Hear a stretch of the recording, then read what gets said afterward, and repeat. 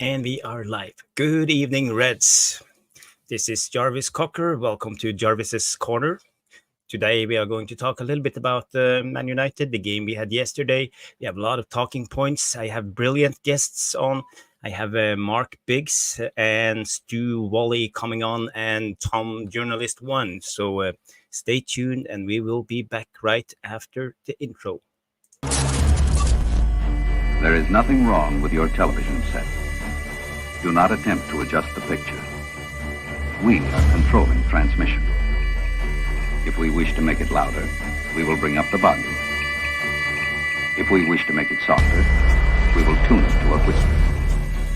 We will control the horizontal. We will control the vertical.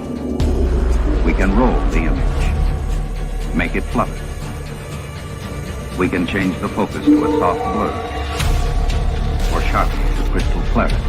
For the next hour, sit quietly and we will control all that you see and hear. We repeat, there is nothing wrong with your television set. You are about to participate in a great adventure. You are about to experience the awe and mystery which reaches from the inner mind to...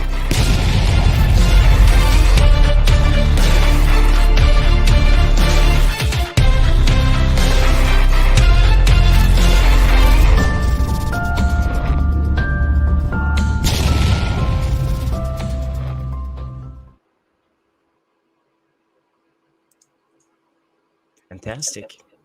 What a great intro. I love that intro. Gives me shivers. Gives me shivers every time I watch it. I really enjoyed that.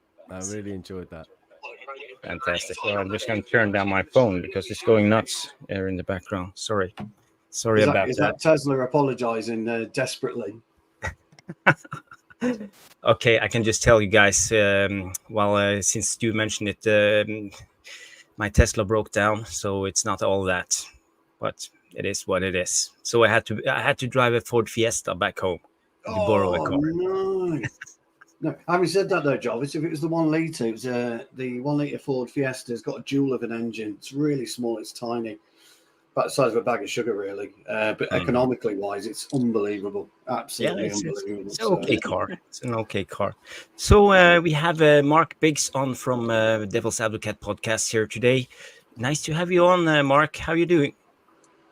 I'm fine, thanks, brother. It's been a little while since I've had a chat with you, so it's good to be chatting to you again tonight. Obviously, Stu and know very well. Hello to everyone in the comments, and looking forward to it. Yeah, it's good. And arriving at last is Tom Journalist 1. He's late because I didn't send him the link just until I was going to say, ago. I didn't break down. You broke down in translation, Jarvis. Well, I hope you get it sorted anyway. Well done, Tom. Yeah. Well done. Yeah, it's good to have you on. So, Stu, how did the mighty Tipton Town do this weekend? Well, the mighty Tipton Town are no longer the mighty Tipton Town because the mighty were slain. We were slain 3-1, but I'm putting that down to my awful ankle injury, which I suffered in minute 3 of the game, and then continued to soldier on, blood pouring out. Jarvis, you should have seen me. You know, absolutely limping around, hobbling around, but I made it for 90 minutes, and no, we ended up losing 3-1. No.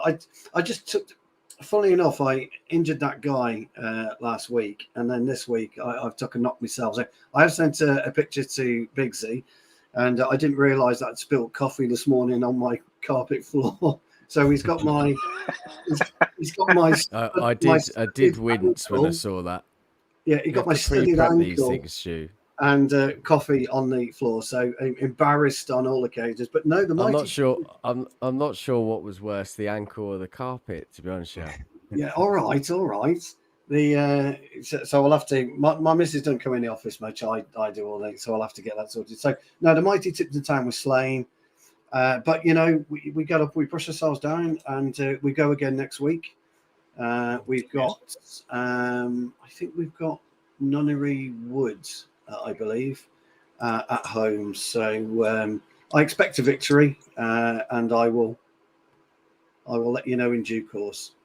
I'm sorry for making you throw up, Mark, by my carpet. That's no problem, mate.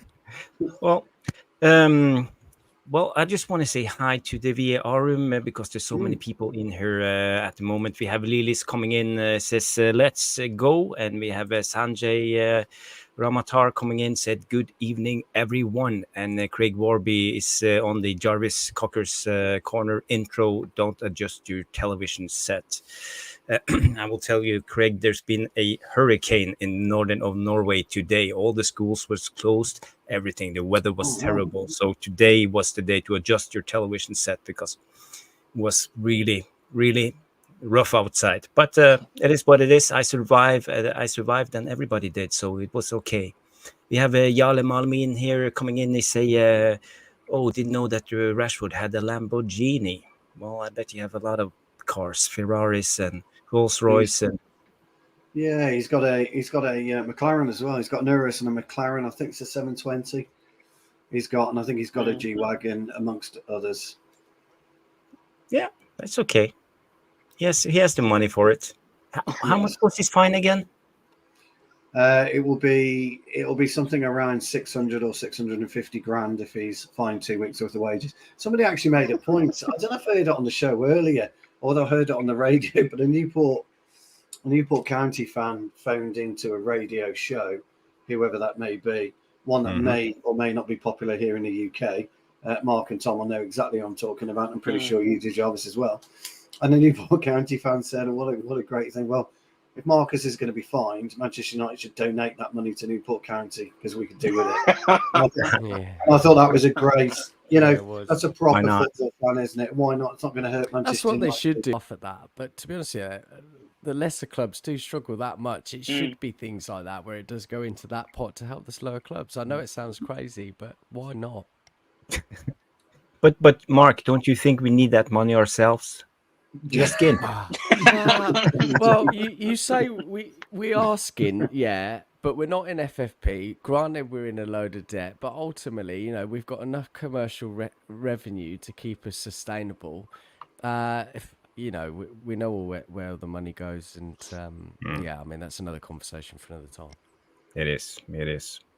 I just want to continue with the VAR room. We call it the VAR room, the chat here, if you didn't know, Mark, because they're giving us red card and yellow cards if you don't behave. So yes, they look do. out. Yeah. Look out for it. Well, I'm hoping to get no yellow cards at all then. Crikey. Sorry, the gaffer's been in with a membership already. Oh, crikey. Really? I'm sorry, Mark. You've also got to get a form of shades, or Jarvis is going to blow on his whatever he blows on for when we get a super chat. Here we Thank go. you to Mick Ruby for gifting 5 MUFC Realist TV memberships. The boss man himself, Mick Ruby.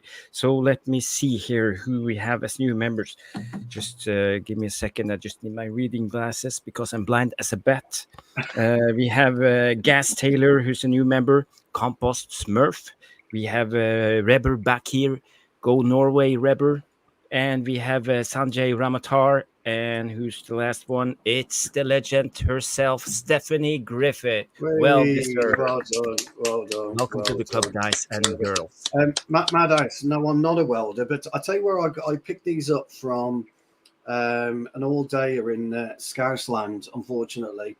I had to be hammered before it entered Scousland, and I was definitely hammered when I came out. It was to celebrate a friend's birthday, and we were all day, all night on the beer. And then the following day, we went to the Beatles Museum. I'm nowhere near a Beatles fan, but we all bought a pair of these, and I keep them ever since. So they only come out on special occasions, Madhouse. So this is for you. This is for you. They look good. You look like Elton John. Look at the spitting image. Well, that's we love Elton. Obviously, he's a national treasure. But he's not my cup of tea. Come on, Tom, bail me out of this one, will you? It's all right laughing there. Bail me out. Yeah, I just want to say hi to the rest of the people in the VAR room. We have here Danny B, Neil Driscoll. Big up, Neil Driscoll, young man. Good to see you. We have Madhouse coming in with all his great comments. Hi, Jarvis, and all. Sell the bum. Marcus Rashford. Yeah. Yeah. Stu, Okay. Okay. could you do me a favour before we continue? Can you just put those glasses back on for me, please? I'm going to tell Oh you who no! you look like. Oh no! Don't do that. Crikey! What did I get tired with last time? Yeah, you look a little bit like Jimmy Savile. Oh, yeah. Oh, there's no need for that. Come on, VAR room. Give him a red for that. I deserve a yellow. I deserve a yellow for that, or a red, You whatever deserve you a give. red. Tactical foul. Tactical foul. It was tactical.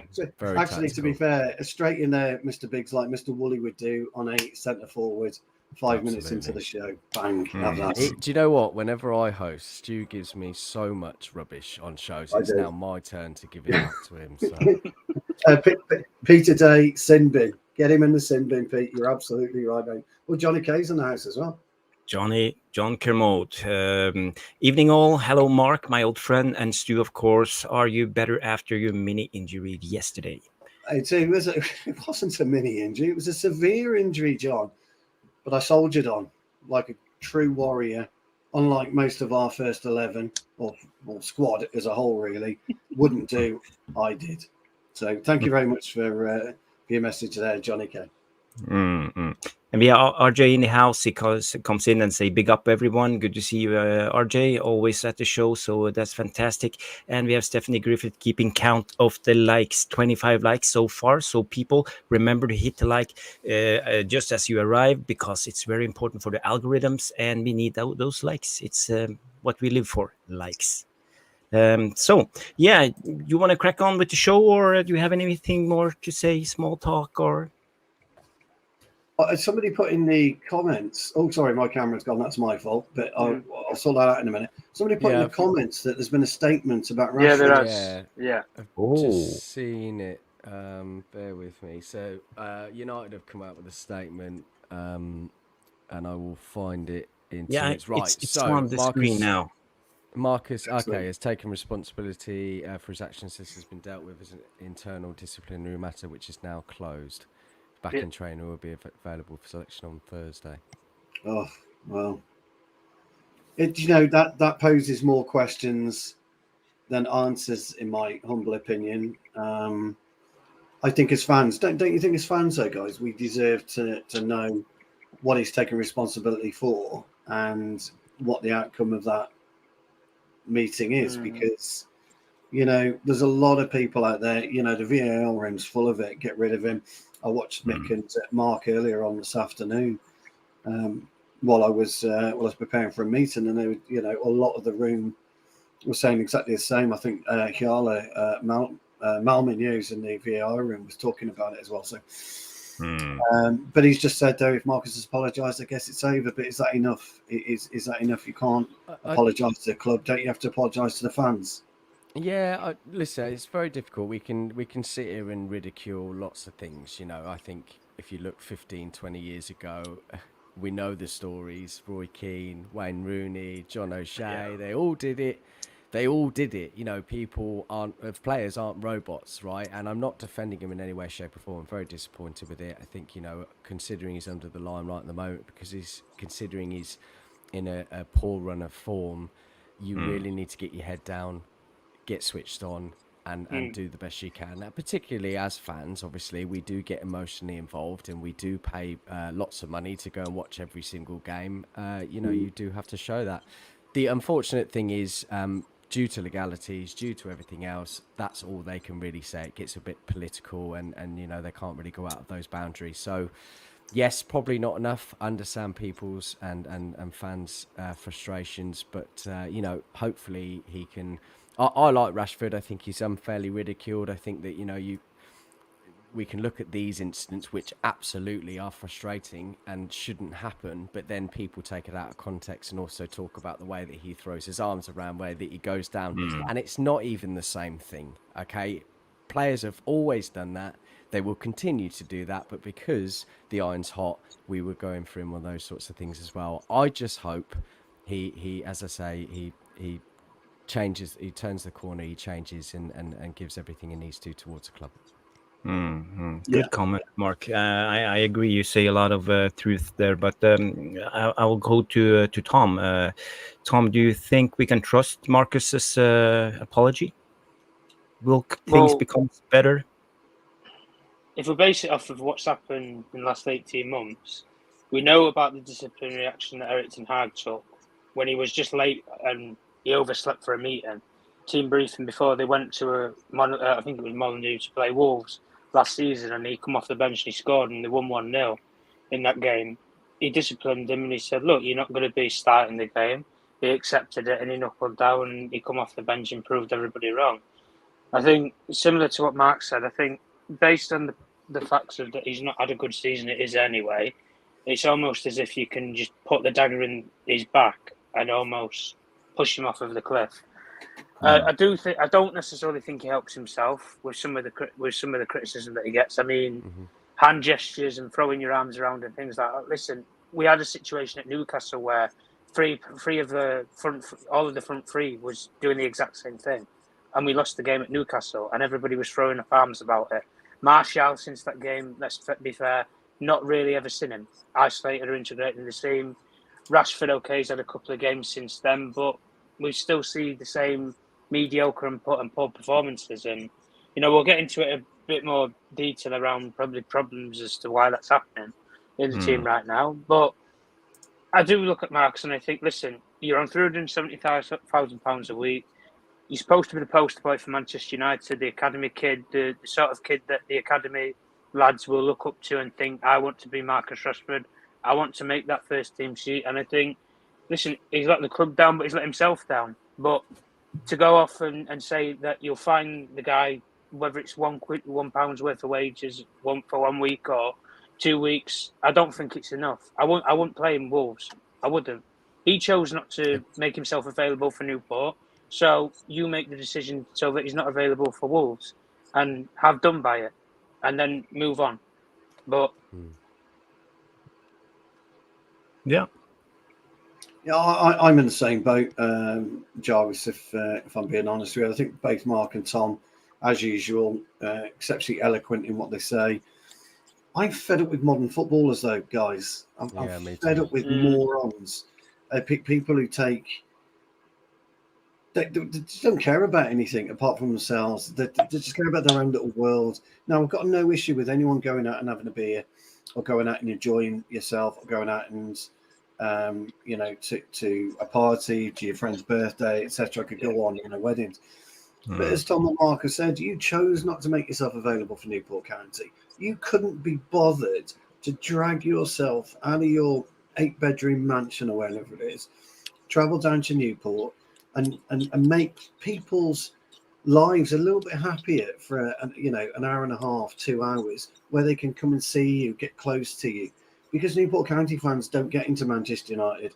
Half of Manchester United fans don't get into Manchester United, let alone lower league clubs. Now, having Rashford there would still add that little of extra spice, but he chose not to. So is he going to choose not to play at Molineux on Thursday? Is he going to choose not to do that? We shouldn't allow him to do that. You should never be able to choose whether you go in or whether you don't go into work. It's a bit different for you, Jarvis. You're a business owner, but even you still have to make the calculation in your brain.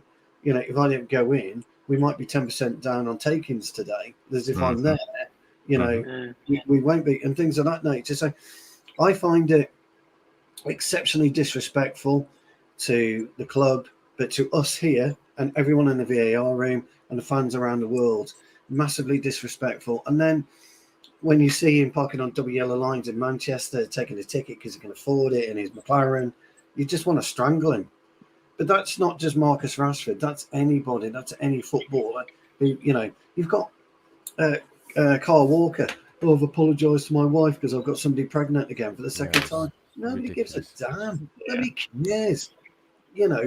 But they make a big thing out of it. They make a big thing out of it. And to make matters worse, and I was a little bit tongue-in-cheek when I talked about the statement, asking more questions than answers, because that's exactly how journalists feel about Ten Hag and Manchester United at the moment. They're making it now into a Ten Hag thing rather than actually a Rashford thing. And you've got to be able to separate the two. You have to separate the petulance of a player. I'm not just talking Rashford here, guys, in the VAR room. And I'm talking about the petulance of a player, the petulance of a footballer, the petulance of somebody who's not actually working for a living because he this is what we do on a weekend. This is what we do in midweek, etc. We do it for the fun and the love of it. And he's doing it to get paid, to get a paycheck. And it doesn't sit with me. And this is the issue that I've got, Jarvis, to be fair. Yeah. I think in response to a few comments in the VAR room they're talking about the poster boy and stuff. I actually did read something a few weeks ago to suggest that there was some more kind of things that kind of go on in the background, and they've actually taken them away from a lot of the shirt things, all the sort of sponsorships with other deals and stuff. So there obviously is, it's difficult, isn't it? Like, we talk about attitudes. I think you're right. I think the modern day player is very different, and you can call us old school, whatever, that's fine.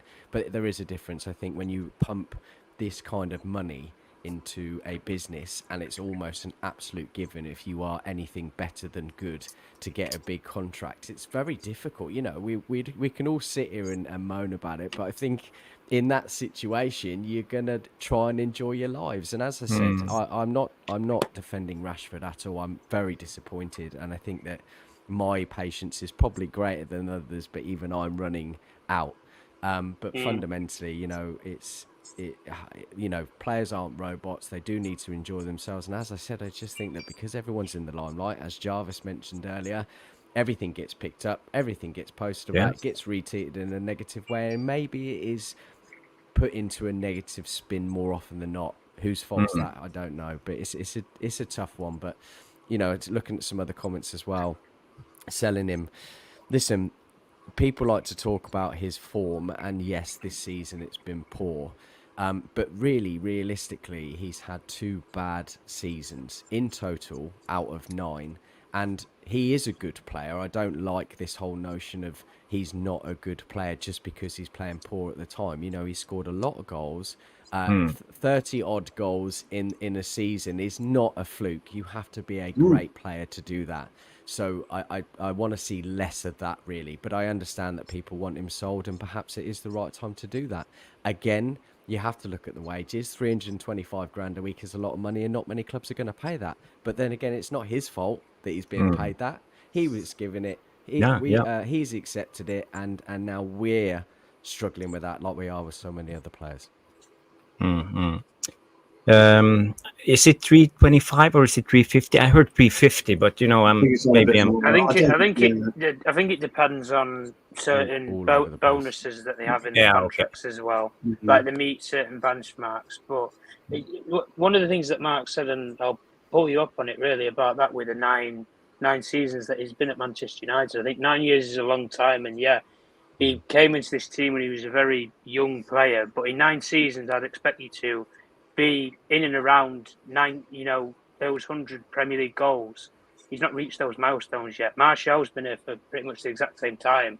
They've kind of burst onto the same scene with Louis van Gaal, and neither of them have reached those ceilings or heights. And I do have to question it for the longevity, because I think there's a lot of clubs in world football that are paying ridiculous fees for footballers. And if you get one of those clubs who comes in, and PSG is probably arguably one of those clubs that will pay a ridiculous fee for a player like Marcus Rashford, they've always had that invested interest in a player. And I think, look, if Mbappe goes off in the summer, they're going to look for that wide player that they need. Marcus Rashford probably fits that bill that you could get as an attainable player. And listen, if you get 80, 90, listen, grab them by the bollocks and squeeze every single penny out of them. That's what honestly, seriously, £100 million, demand whatever you want. Listen, other players go for far less money. Harry Kane was supposed to go for 150 odd million pounds this summer. He didn't. But that's the way that football works ultimately. And if you're going to look at it from this way, 100 million pounds for Marcus Rashford, that buys you 3 players in this team, and those 3 players can change either how you play or. But does it though? Sorry to interject there. Does it? I think we can't on one hand say in the last few summers we've been absolutely had our pants pulled down, and we can barely get players over the line for 50 million or less, right? So at what point are we able to get a 3-player? I don't believe that. I understand what you're saying, and I understand where you're coming from. However, because it's Manchester United and the way that we've operated, our own fault over the last few summers, I don't think it does get 3 players. Do you see what I mean? I'm just being finicky, really, but you get what I'm saying. Yeah, that's why you have to look at it from the past, and you have to go forward now with what you've got, where they're bringing in all these new people, sporting directors, CEOs, and when you pull up to a football club and you inquire about a player, if they say £70 million, you say no, and you go and get the next best target, who might be 5 years younger than the player that you want, but don't pay ridiculous fees. Like I said, nobody forced Manchester United to pay £80 million for Harry Maguire. Yeah. They decided upon that to do it. Manchester City, a well-run football club, were prepared to pay 70, and as soon as Leicester said 80, no, he's not valued at that. We don't see him valued at that market, so we're not paying it. Better than that. And that's why I say with £100 million, clubs can. If you give Brighton £100 million, they'll find 3 hidden gems for £20-30 million each, and they'll develop them for a good couple of years, and then in those couple of years there'll be players that we all want, and then they can command £80 million for that player. That's the one thing that we failed to do. We failed to recruit players for minimal value and get maximum expectation and profit out of them ultimately if they go elsewhere. And that's the one thing that we don't do. And that's why I say Marcus Rashford even is a young player. It will massively increase the balance sheet because you've not cost to buy him, to bring him into the he's homegrown, isn't he? He's homegrown. Chelsea, 100%. Manchester City, they sell and buy players, for 1 or 2 million, and then they sell them on for 30-40 million pounds.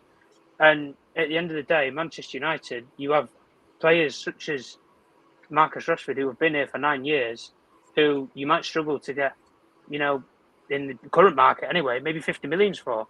Some clubs will pay it, some won't. But I do think with £100 million, you can make significant movements forward, but it depends on, be smart with 100 million and don't just blow it on a player for 100 million.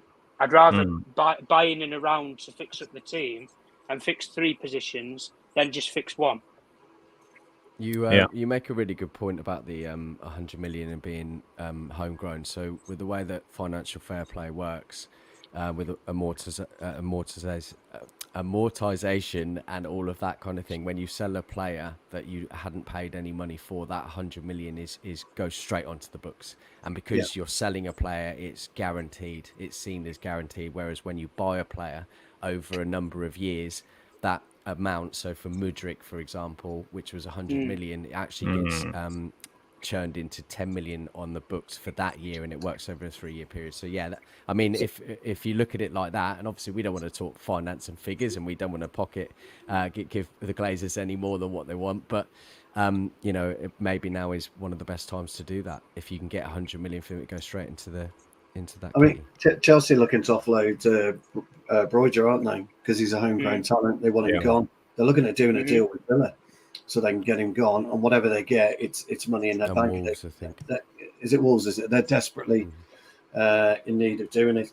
Just a quick one, Jarvis. 41 people liked the channel so far, so we're going to be watching. The new YouTube algorithm, by the way, is all about likes. So please like, share, and subscribe, because it really helps the channel, and it certainly helps our show grow, or Jarvis's show. Sorry, Jarvis, I apologize. No, it's our show. It's our show. Stepped over the line there. And Jarvis's show grows. So we'll play a little quirky video later, which makes me and Jarvis giggle in the background. But please, if you would like this video and subscribe, it would certainly help us. And Mark Biggs might even come back. That lovely face might come back and say hello again. I saw someone in the chat. I'll give you that 10 Stu. Mark, I saw someone call you Juan Mata in the chat. I don't think so. But I'll give you that tender later, Stu. Thanks, mate. Well, it's more than just tender now. If they're calling you Juan Mata, crikey, I want more than that. A lot more than that. I see Yale comes in there. He said Rashford has scored 4 goals and had 6 assists, 2 yellow cards, 1 red in 26 games this season, all competition. And Peter Dale comes in and say Rashford Premier League goal history each season is 5-5, 7-10, 17, 11, 4, 17, and 4. So Premier League goals. That's so Premier League goals, though. Yeah, I was going to say there was a lot more than that. Again, I'm not defending him, but if you move the goalpost, it doesn't get a true reflection, in my opinion. But No, but I bet if you compare him with, for example, Mo Salah, it will be a different story. So, yeah. It's about being Sure. consistent. If you want to be worth 350 a week or whatever and be the star boy, you should at Absolutely. least produce 10 It's- goals a season at the It's minimum. interesting, Jarvis. Actually, it's a really interesting comparison because when Salah got his 320,000 a week contract, did you notice a drop off on him for 6 months at least? He did. He had a really bad spell, Mm. but he's one of those players that thought to himself, you know what, I can't do this. I can't take 320 grand a week and do what I'm doing. I've got to sort myself out. I've got to sort your life out. I'll grow me hair, and he grew his hair out again, and he became the Mo Salah that you see now. He gets anywhere near the box, and people are petrified of him because he's that dangerous. You got somebody like Diogo Jota. Now, you know what I'm going to say here? I hate that bastard, and that means he's a decent player. And what does he go and do the other day? Gets one decent chance, bang, in the net, peels away with that stupid grin of his, someone you just want to strangle. But I would love that for one of us to do it. When you look at Højlund's goal on Sunday, Jarvis, and I know you want to talk about this later, I do. Yeah, no problem. Højlund's goal later, the palpable relief, in his face and his whole persona that he'd scored, where really what he wanted to do was strangle Garnacho. I'm surprised he didn't kill Garnacho on the pitch yesterday, because if you listened, you could hear him screaming at him on 2 or 3 occasions, pass the ball, pass the ball, pass the ball. Bruno, also giving him stuff like that. Other teams where they've got, like Rashford, for example, wouldn't fit into any other team because he's too selfish to play with a Salah, to play with a Firmino, to play with a Mane. Now, you've got 3 massive egos there, Mane, Firmino and Salah.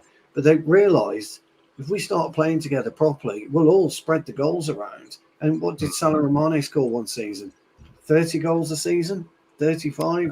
Something like that, Tom. You're good with your stats. But, and that's how they do it. We need to start finding complementary players moving forward. So let's not bother with Vinicius Jr. on the back of your shirt. Let's not bother with Erling Haaland on your shirt. Let's bother with a player that's going to complement Højlund, that's going to complement whoever is in and around him, so that we can start sharing the goals properly. Because, I've seen lots of, the VAR, and actually, Jarvis, as you well know, talk about it all the time, all the time. And very rarely do I see anyone in a VAR room say, let's go and get Mbappe.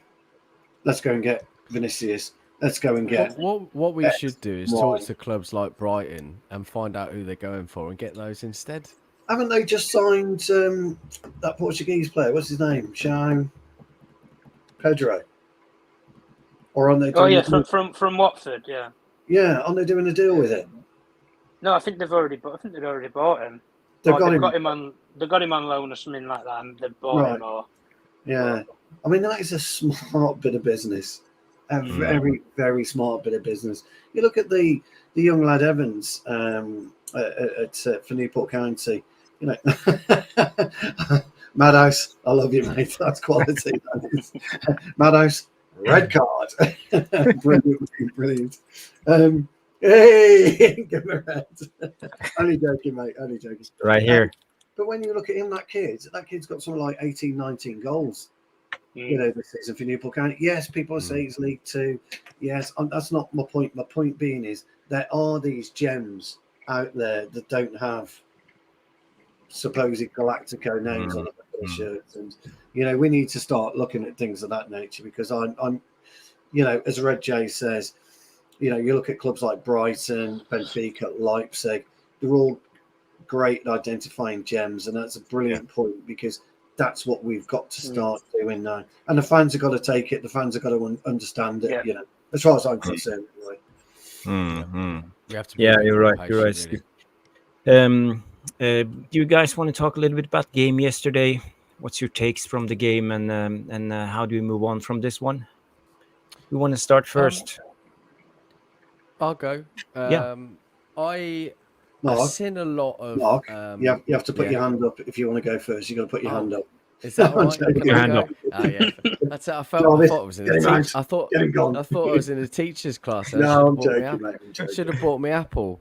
No, listen. I thought I saw a lot of criticism of Don't let United him on again, yesterday. Jarvis. I'm not having him upstage. Yes, sir. Get him gone. I saw a lot of criticism of United yesterday, and I understand it. I understand it's frustrating, but I thought it was just one of those those games where we were going to have to be quite dogged, and we on one hand we say FA Cup always got upsets, always sort of different expectations, always a hard game to win even for the big clubs.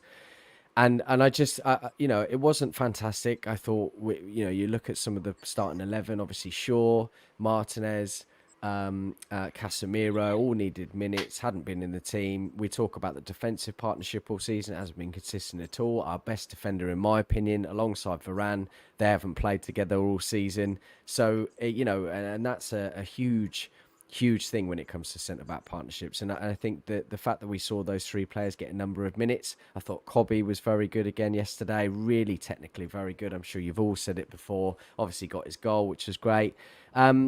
But yeah, on the whole, 4-2, I know it doesn't flatter at all, and I can understand people's and fans' frustrations, but ultimately we got through. You take one game at a time, and we didn't get an upset, in my opinion. Tom, we talked about the game yesterday a couple of times, but I want to hear your opinion again. Tom is not here. No. Okay, we go to Stu. What did I think of the game? Do you know what? I was really pleased for Newport. Let's put it this way, because I've been in dressing rooms before, and I've looked at players and teams, and you play teams at 2-3 leagues above you, and you get that kind of excitement. And there's always a danger of overplaying, not nerves, but just overplaying. So you do something you wouldn't normally do in a game. So you might take 4 touches instead of 2 touches, because that isn't your game. Your game's a bit of a short game, and then all of a sudden you try starting a long game. And I made a point on the AFU, actually, Jarvis, that I thought if Newport came and started to do things they shouldn't be doing in a game of football, I think we'd pick them off. And as it happened, we did, because they were all over the place for 10-15 minutes. Their play was too quick. It was scrappy, and players were just doing everything they can to, they think, they almost got too Manchester excited. United. Yeah. Then all of a sudden, bang, the light bulb moment got on, and they started to calm it down. Instructions coming from the bench, players, experienced players at the back, calming people down. And then you start to see not a footballing team, because I think that's going a bit too far, but you started to see a team of cohesion. And that's always dangerous at any level. And Mark has heard me say this, and Jarvis, you've heard me say this on a million occasions. It doesn't matter how much you cost. You could cost £1.50 and still play an equal game as a £150 million player. It doesn't matter what you cost. And that's what you started to see. Now, people are talking about complacency. Manchester United got complacent. If Garnacho had actually passed to either Højlund or Bruno, we may have gone 3-up and it's game over. It's never game over in a football match till that final whistle goes. And what I liked about, and I've got to be honest, I know I'm talking about Newport, not us. What I liked about Newport was their absolute grittiness and determination and will to win without actually putting their foot through a player and disrupting Manchester United. Manchester United disrupted themselves. We disrupted ourselves by the way that we allowed Newport to come into the game. So, when you're in a dressing room, the question is, who's to blame for that? Well, it's Manchester United. It's Manchester United, because we allowed, not through complacency, but we allowed Newport to settle. And, just take your Manchester United hat off. Everyone under VAR room, just take your Manchester United hat off just for a minute. Take the red specs off and appreciate what Newport tried to do. And it's unusual that a League Two team would actually try and play football against supposedly a footballing powerhouse. And it was great to see. And people are saying, and I put in a group, Jarvis, the kid will dine out on that volley for the rest of his life, and so he should. Yeah. So he should. I don't care if it came off Martinez's head and goes in. So he should dine out, because that's what the cup is about. That lad has got something to tell his family about. Go home. He's probably watched it a million times today while he's been, when he got home from training. He's probably watched it. Crikey, that was me. And then we talked about gems, didn't we? And people are talking about gems. You got that gem in Evans up front for them. It was Evans, wasn't it? Was it Evans? Number 7. Yeah, got the goal. Yeah, got the goal. yeah, I think it was Evans. Yeah. Yeah, and his movement was absolutely amazing. And he's, 2019, he's an unemployed footballer. 2024, he's popped one in against Manchester United. And I'm hearing the commentators are saying, "Oh, it's a Varan own goal." Give the lad a break. People were saying, was Varan to blame? It's a very subjective one, that was, Jarvis and Mark. Because Anthony, for me. Yeah, for me it was Anthony, and for me Martinez was quiet. And if you think about Varan, he couldn't see Evans because he's on his blind side. Now Varan was guilty about not looking over, but he wouldn't have seen him anyway. He wouldn't have seen him. And that cross was delivered, and Dallo was, I don't know, was Dallo rolling around sleeping at the time, and he got his duvet together, because that lad could have tied his shoelaces before delivering what I consider to be an absolute worldie of a cross. It's a pearler. And the guy got in front of Varan, got his foot on it, and the rest is history. And then the commentators saying, "Oh, it's a Varan own goal." And I just think to myself, look at what the kid's done to actually get into that position to actually flick the ball in. So yeah, I as much as I felt we were a lot to, we did a lot wrong in that game, I thought Newport did a lot right. And there's always two teams in a football match. And I'm forever hearing, "Oh, Manchester United were rubbish. Manchester United were rubbish. We made X, Y, and Z look good." Newport made themselves look good. And for me, as a purist, and I am an FA Cup purist, I love the FA Cup. It was great to see. But more than anything, I was massively, massively pleased that Hoyland kept going and got his goal. Now, don't let anybody tell you that was a tap-in. That was a very, very astute finish. When that ball bounced, and he had to quickly get it down with an on-rushing defender and not even get a deflection on that goal, not a deflection. He found the only gap he could find to put that. It's a wonderful finish. Absolutely wonderful finish. So I just think Stu are a poor side. I'm not quite sure. Sorry, Neil, I'm not quite sure. Are you on about we're a poor side, buddy? Newport probably is a poor side. That's what I'm trying to say. Yeah. I'm not saying that they weren't a great side, but what they did, they made the very, very best out of the limitations that they've got as a team. And I predicted we'd beat them 6-0. If I'm being honest, I did. I thought we'd beat them 6-0, and I was sitting pretty, wasn't I? On 14 minutes, I was sitting pretty. Yeah. We should have probably won 6-0. We should have gone in 5-0 at half time, but we didn't. And that's football.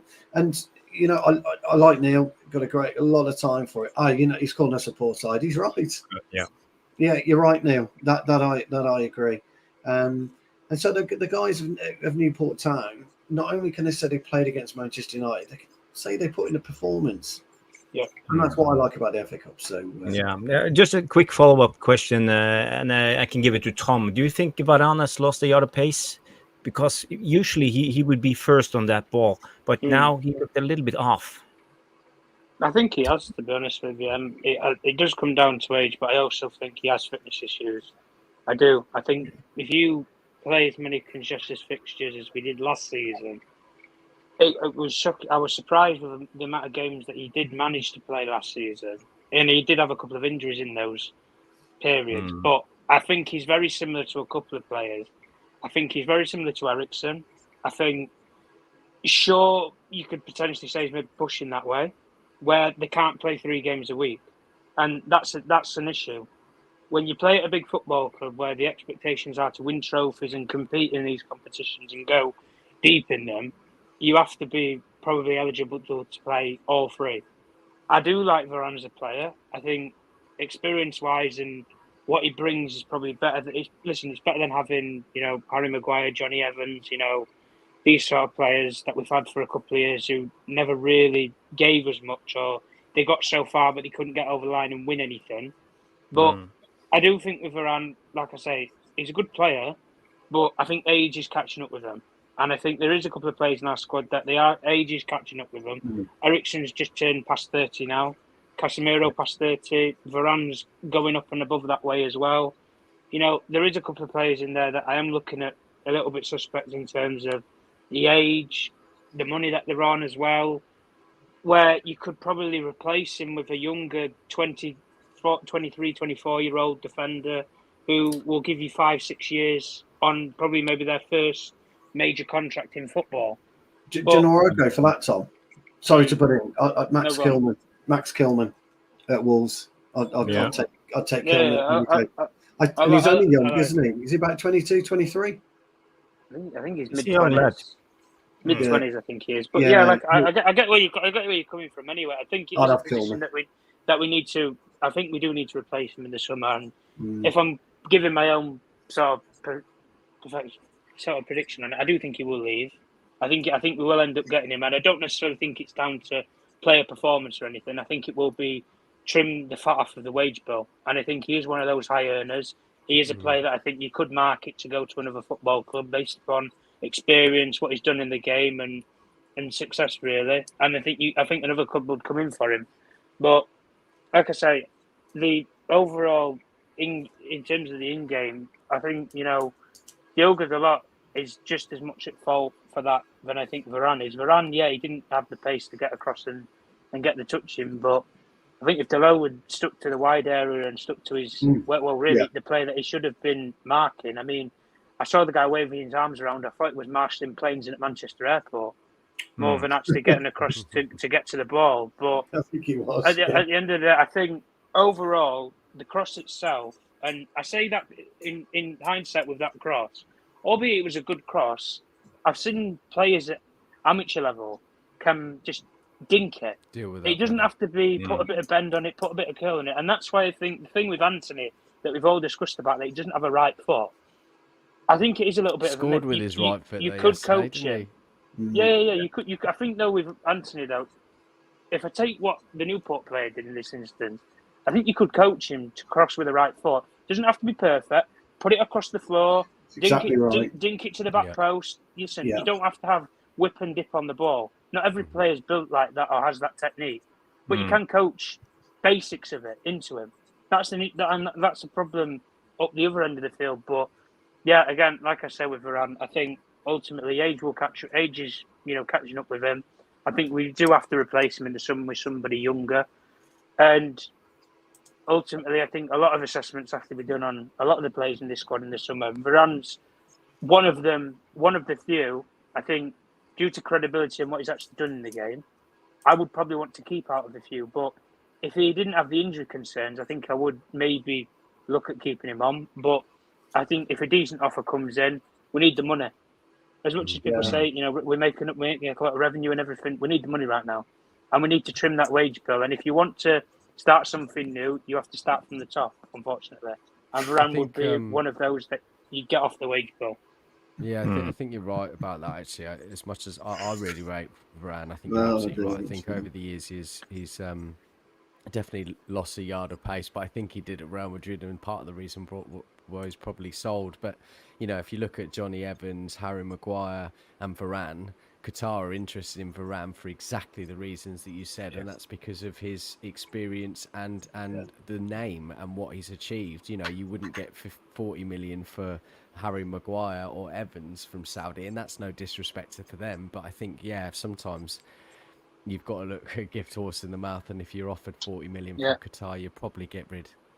He's a marketable player. That's what I'd say. Maguire and players like that we saw in the summer. That listen, English clubs are interested in players like that. They always will be. Your Newcastle's, your West Ham's, Forest. They'll pay a fair price, but they won't pay something ridiculous. 30-odd million pounds. Like when West Ham was prepared to offer you, I think it was around 50 or 60 million pounds for both Scott McTominay and Harry Maguire. Us a couple of years ago would have bit your hands off for it. We would have, and it's because again, 60 million pounds. If you use the money correctly, you could get a young defender potentially who none of us maybe have heard of or is decent profile for 30. And I understand the United tax and everything, but that needs to be taken away from our football club again. I don't want to hear the word United tax ever associated with Manchester United, because I see big football clubs who supposedly make more money than us in Manchester City, albeit allegations of that they cook the books. They don't. Yeah. I don't see a city tax being put on players when they supposedly make more money than us. But listen, legacy and everything can come down to it. But I think at the end of the day, you got to play something like Newport. Yeah, it's going to be a dog. It's going to be a tough sort of game. But again, I do go back to the same point that I've said in numerous games this season, especially in the Champions League. We've gone up in games, we look comfortable, and then we let it slide. And the manager, I will question what he actually says to the players at half-time. I think that has to be one thing, because in first half in games, sometimes we'll be brilliant. Chelsea, when we played them, okay. Spurs, first 20, 30 minutes, I thought it was pretty okay. You get to half-time, you come out in the second half. I don't know. It's as if there's not really been any instructions to say, we need to improve on this, we need to change much. It's almost just give me more of the same. But again, I think a better team yesterday, I think, would have gave us problems with the way that Newport sort of had chances in the game and spells. But Ten Hag doesn't really. He's obviously a tactician. I know he's been poor this season, but he doesn't really strike me as a man that's quite sort of extrovert and vocal at halftime. Do you know what I mean? Won't necessarily sort of gear up the players and that kind of thing. Everyone's different. You can't have it all and you can't do everything. But that doesn't seem to be the type of man he is. I have a bit of a controversial question for the panel, because my opinion about Anthony yesterday was he had an assist, he had a goal. Everybody was talking that he was probably man of the match. He was really good, but for me, I didn't like what I saw. I saw a lot of people. He got high ratings on play ratings, and everybody said he had a good game. Great output with a goal and assist. But for me, the problem lies in his decision making. He scored a goal. Yeah, that was okay. He had an assist. He run right across over to the other side and utilized the space. So that was brilliant from him. But I would say his decision making bothers me all the time, and it doesn't seem to improve. Yesterday's game, he had an assist, and then he started to get greedy. He was cutting in and delivered the terrible shot that we all know he has over and over again. So for me, I won't think he have reached a turning point as long as he keeps on doing these bad decisions. And I won't be giddy about Anthony until I see he's changed up his style and way of play. He needs to learn and understand when to make a pass. So what do you guys think about? Maybe we go to Stu first. Do you know, there's two types of footballers in this world, and there's only two types of footballers. There's listeners and there's tossers. And tossers are players that think they know everything and can't be bothered to even attempt to learn. And there are listeners, the players that want to learn. I'm not quite sure where Anthony fits. That's my issue with him. He's probably a hybrid of the two. I kind of sometimes get the opinion that he's looking and trying to learn. But then I'm wondering what his academic level is and his acumen, because he's not taking on board instructions or anything like that. Or he's sticking two fingers up to everybody and saying, I know what I'm doing. And, you just let me get on with it. This is where I'm struggling with Anthony.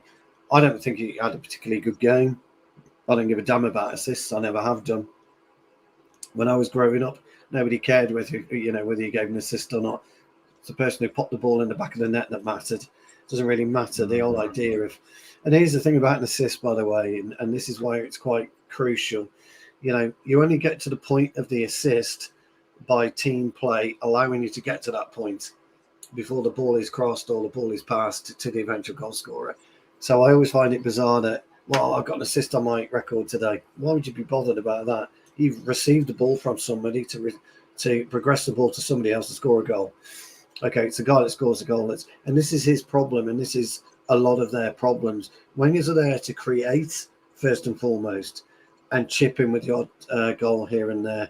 Somebody in the VAR room said Anthony found his level. Probably, I've got no issues with that. He's got to go away in the summer. If we, yeah, Jonathan, yeah, he's got to go away in the summer, and he's got to decide what he wants, and he's got to come back with a big piece of humble pie, chew on it for the next season. Because at the moment, I'm not sure where his head's at. Now, people will turn around and say he's got off-field problems, etc., etc., etc. I'm just not having that. Lillis is I've got no issues with anyone defending Anthony. Everybody sees football differently. That's the beautiful part about it. It's what I love about football. You're able to have that opinion and to be able to put that opinion across. For me, he doesn't do the basics right at all. Where how many times did he stop? You know, the left back yesterday just stood, faced him, squat down. Okay, as you are, as your left back, ready to go left or ready to go right. How many times did Anthony stop, do that stupid little thing over the ball with his left foot and then go nowhere? He ends up passing it back to Dallo, or he passes it into Mino or Bruno. Instead of using his brain, okay, kind of moving his right foot so it's actually bolt adjacent to the defender's right foot, enabling them to drag the left ball around, drop his elbow slightly. You're not committing a foul here, you're just preventing a travel movement for the defender. He could quite easily do that because he's close enough to do him. And it's one step, stop, drag, and you're away. Yeah, you know, you're away and there's nothing the defender can do. But that's just basic footballing knowledge, Jarvis. You've probably done that many a time, you know, when you were playing. If anyone doesn't know, Jarvis was dainty, long hair, bit of a flair player in his day. But to be able to do that, you had to develop your own game. You then get guidance from everyone else around you. But for you to be the player that you are, you have to develop your own game. I don't see him even doing that, Jarvis. That's my issue. I don't see him developing his own game for him to be able to be guided from there on. So, and this is what I'm coming at with this decision making. He needs to improve. He needs to learn the game in a better way. So, Mark, do you think it's time for Ahmad to come in on the right, or do we still trust Anthony going forward? I think I say trust. I don't necessarily trust in him. I think he has been a bit underwhelming. You know, he had a great start to his career at United. I think everyone has a dip in form. I think I disagree with Stu there. I think with the off-field issues, again, players aren't robots. It can affect you in massive ways. We've all got different personalities, and we all deal with it differently. I can imagine that's had a massive impact. Now, you're right, we shouldn't make those excuses, and he does need to kick on now. It's not so much of a decision-making thing for me.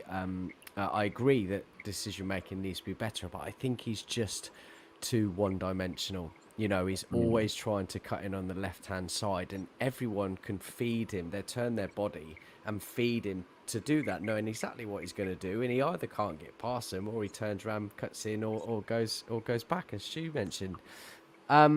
Listen, I think it's really too early to call. I don't like to listen to the whole 100 million thing. Not his fault. United had their pants pulled down again. Yes, we all know he's a 30-40 million pound player. Maybe at a push at a minute, I agree. My patience with him is running out a little bit, as it would do with any other United fan. But I don't see him going in the summer. I don't think that his player profile has been amazing, but I also think it has been with the likes of Martinez and Malacia. I hope he comes back. I really rate him. And, I think Anthony could be another one. It's a tough one, isn't it? But look, he scored behind closed doors. Has played better recently. Has now got a goal and assist. Don't care who it's against. Sometimes you just need that boost of confidence. But he needs to, as Stu has alluded to, do more, learn more, listen more, and try to change the game, because he's way too one-dimensional for me. Yeah, I see Jale Malming comes in, and they talk about Nusa. Nusa, the Norwegian kid. I just want to bring you all up on that. He's failed the medical at Brentford. That's really surprising. He has a really bad knee issue. Not good. He's called the Norwegian Neymar by all names. So he's a flair player.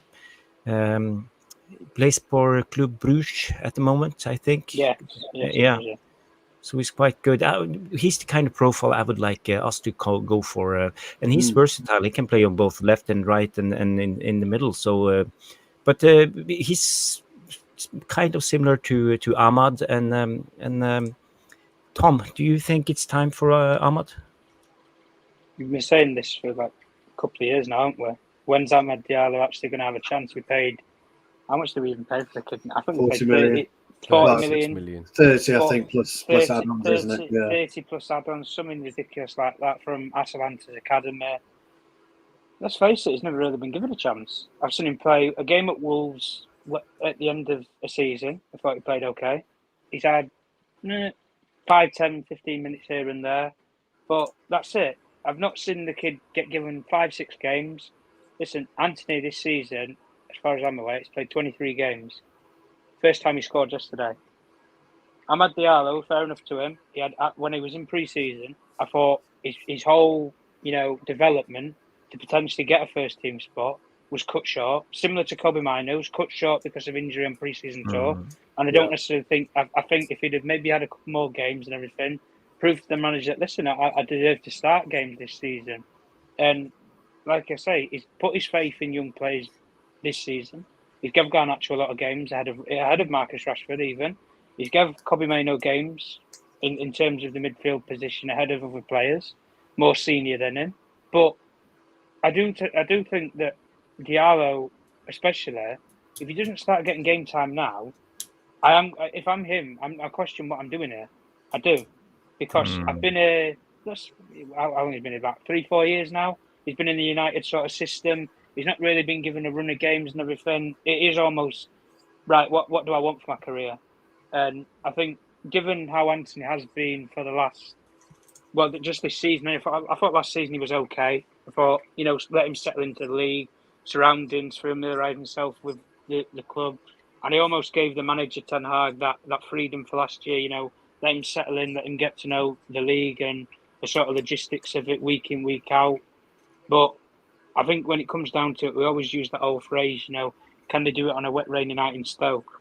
And I think we've just seen it with Anthony in Newport, that I don't necessarily think there is that passiveness to go forward. I agree everything what Stu said. I don't think he's got the pace to rip a player up. I don't. Like I was saying before, the thing with the right foot, I think it's a gimmick. It comes down to coaching. You can coach players to cross with a right foot. Even if it's weak as anything, put it across on the floor. Listen, cut back and pass it to somebody in the edge of the box. I've seen players with, one-dimensional players who only realistically have a left foot and have been great players. Ian Robin's just one of them. I can mention a couple. I can mention a couple more. Yeah, so it comes down to coaching ultimately in terms of the right foot. But I'd give Diallo his chance. Doesn't it amaze you, Tom? Though, and this amazes me. I'm a two-footed player. And when I play on a Wednesday night, for example, I just play with my mates. He likes to 2-foot players. Is what yeah, sorry, that is more like it. He's done me again here. Get that bloody red card out. Get him gone. No, but I always play with my left foot because I try and always improve my left foot. So I try and shoot with it. I try and control with it. I try and pass it. I'm a right-footed player. And it always amazes me why, if you're so predominantly one-footed, why you wouldn't practice as a professional footballer, as it's your profession, to be the very best you can be. Why aren't you just staying back for an hour, taking the under-18s goalkeeper and saying, come here, mate, I'll pay you whatever. Can you go and golf me for an hour? I'm just going to give right foot against you. I might not even hit the target, but I'm going to, and eventually you will do if you just keep. Why can't he do that? What's stopping him doing that? Nothing. Himself. David Log isn't going to turn around and say you can't do that. Of course he's not. The coaches aren't going to say you can't do it. And that's it, Stu. And even when you bring it back to price tag, I mean, the thing is, when you're in a big football club, I think we paid £86 million. It was 100 million euros. So if you want to convert it down a bit, so it doesn't sound as bad. When you pay that much money for a winger, I would expect them to be good with both feet. Same here. That's just my preference. That's just my opinion. if you pay £40 million for him and he's okay, you can only play on one foot for the time being while you coach and develop him with the other one, that's fine. I've not got an issue with that. Listen, we could have bought Anthony in June for, I think it was 45 million euros that Ajax were quoting for him. Nobody brought into the market for him and everything. It was at the back end of the window. We'd lost 4-0 to Brentford. We were panicking. We needed so he couldn't get Frankie de Jong, which we chased all summer. So the money that we was going to use for him, we used for Casemiro and Antony. And then we just added a bit more money on top, so we got both players. That was it. That was it. We overpaid for the pair of them. But We did. again, with Antony, if it doesn't work out for him, and listen, if Erik Ten Hag isn't here in the summer, maybe another coach might come in and we might see something different. It might just be that I need something new. I think a lot of these players, really, when you do think about it, they only really know one face, and that's Erik Ten Hag. And I don't necessarily think that's always a good thing with some players where they only know how to play one coach with one coach. Martinez, really, in terms of credibility, he's only ever coach that he's really ever worked with, Erik Ten Hag. Anthony, you could say, is the same mould of that. There's a couple of players. So at the end of the day, I do think that maybe you bring in a new coach, there might be something different. But if that new coach eventually does come in, and there isn't that change or that spark from Antony, again, he's still at a young age. You can still make a margin from him. You can. A European club will take a risk on him. They will, because clubs like Benfica, like Ajax, will pay 25, 30 million pounds for a player that, you're going to have to take a hit on. Absolutely. A lot of players that we pay over the odds for, we're going to have to take hits on. But this is what I was talking about before when we said about with Manchester City with Harry Maguire. They didn't value it 80 million pounds, they didn't pay it. Manchester United's recruitment team, apparently under Ole Gunnar Solskjaer, valued Antony at that time at 30 million pounds. That was a year prior to then. They brought in Erik Ten Hag afterwards, after the Ragnick debacle, and then they ended up paying 86 million pounds. That's what I'm talking about. It's double the price tag of what they valued him at. So, again, I think it does come down to structure and leadership of it. But if you're going to pay 86 million pounds for Antony, again, 86 million pounds can cover you. You can buy two wingers for that. I would have bought Antony in for 40 million in June, and you could have maybe brought in somebody else. But this is what I'm saying. A lot of these players, though, and I'll make this last point anyway, a lot of these players, I look at Amad Diallo, I look at Pellistri, I look at a lot of these young players that we have in our squad right now who maybe have been here a couple of years now and familiarising themselves with the club. They know the way to Carrington without having to type in Google Maps and everything. Like, they're familiar with the football club. If they're not going to start kicking on and getting chances to play 5 or 6 games, I'm probably going to look elsewhere. And it's not loans and it's not things like that. I'm going somewhere permanently and I want to play. Alanga's done it in the summer. He said, listen, I'm not here for this. I'm not going to, hamper my development. I'll go somewhere else and prove a point.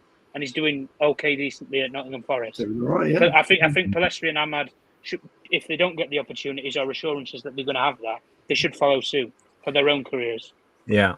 It's true. The one thing I will say about Ahmed and also Ten Hag is, I have to say, he's always introduced players at the right time. Casemiro, he came in for 60 million, took a number of games. We were all moaning about it, but he brought him in at the right time, and then he kicked on, was amazing.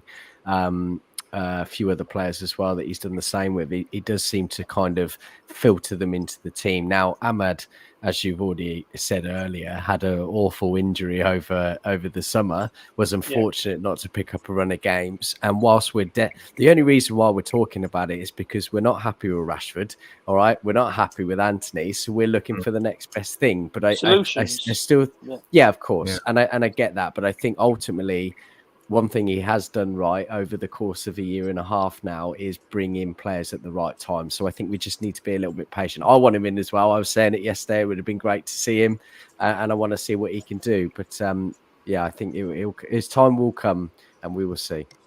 Yeah.